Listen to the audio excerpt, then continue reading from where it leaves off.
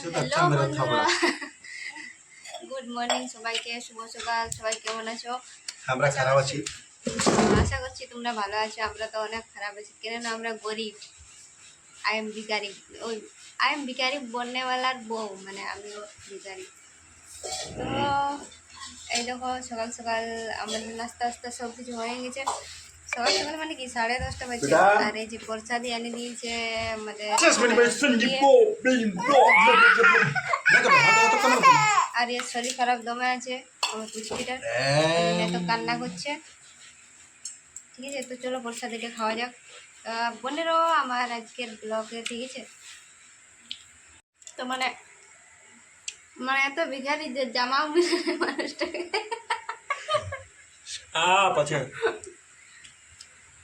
আমার নিজের চোখে আমি নিজেই আসি, আমার বলার পাগল কেউ আছে? তো পুরো ব্লগটা দেখবে, ঠিক আছে। বলতেও দিছ নাই ব্লগ কি করবো।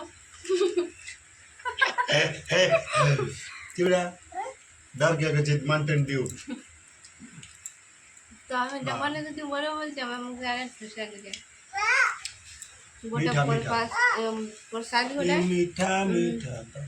লোকের পূজা হয়ে গেছে। আর আমাদের এখন ব্রাশ করে আর নাস্তা